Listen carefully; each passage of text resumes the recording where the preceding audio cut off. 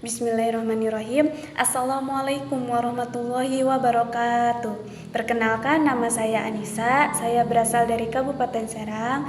NIM saya yaitu 2313011 dan hobi saya yaitu menanam tanaman. Di sini saya akan menjawab pertanyaan UTS dari filsafat agama. Pertanyaan yang pertama yaitu, masihkah ada optimisme terhadap agama ketika agama dianggap sumber bencana dan peperangan? Jawabannya yaitu masih ada. Kalau misalkan kita lihat nih dalam konteks sejarah, konflik-konflik yang terjadi itu seringkali dikaitkan dengan agama. Contohnya kayak perang salib, konflik sektarian atau ekstremisme berbasis agama.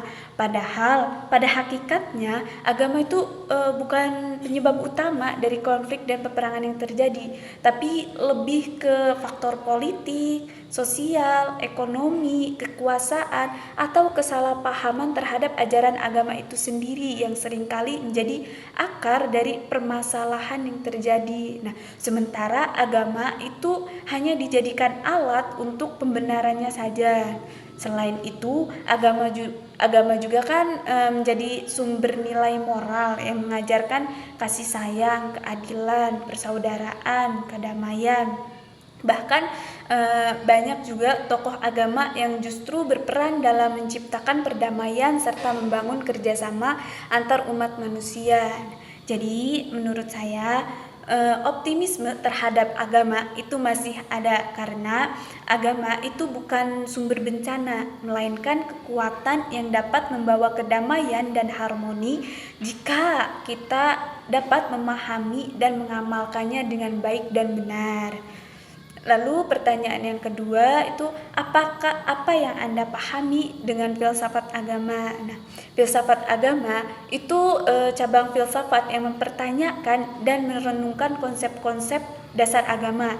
Contohnya seperti eksistensi Tuhan, sifat kebenaran, keimanan, serta hubungan manusia dengan yang transenden.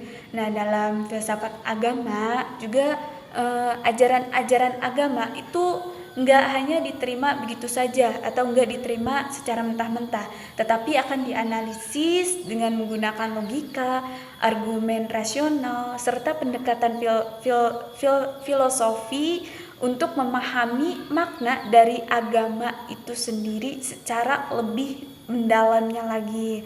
Nah, lalu pertanyaan yang ketiga itu, bagaimana konsep Tuhan dalam Islam? Nah, konsep Tuhan dalam Islam itu berpusat pada keesaan Allah Subhanahu wa taala. Nah, atau ketauhidan, di mana ketauhidan ini merupakan menjadi dasar utama dalam ajaran umat Islam.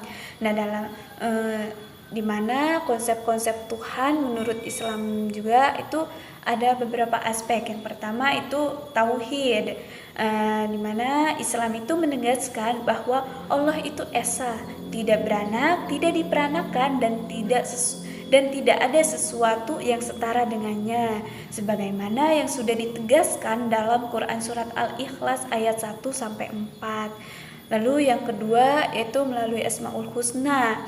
Allah itu memiliki 99 nama yang disebut dengan Asmaul Husna, yang dimana Asmaul Husna ini mencerminkan sifat-sifat Allah SWT yang sempurna dan juga menggambarkan kebesaran, kasih sayang, dan keadilan Allah terhadap makhluk-makhluknya.